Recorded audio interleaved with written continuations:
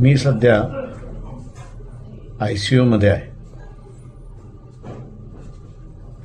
Angiography आणि एंजिओप्लास्टी दोन्ही झालेले आहेत. डॉक्टरने ऑब्झर्वेशनसाठी ठेवलेलं आहे. इलेक्शन ही सुरुवात झालेली आहे.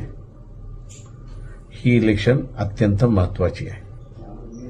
ओबीसीसाठी सुद्धा अत्यंत महत्त्वाची आहे, कारण का विधानसभेनंतर ओबीसीचं आरक्षण थांबवलं जाणार आहे आणि दुसऱ्या बाजूस एससीचं आरक्षण याची अंमलबजावणी होणार आहे. या दोन्ही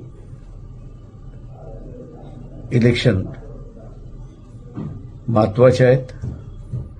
विधानसभेमध्ये आमदार निवडून आले तर त्या ठिकाणी आरक्षणावरचा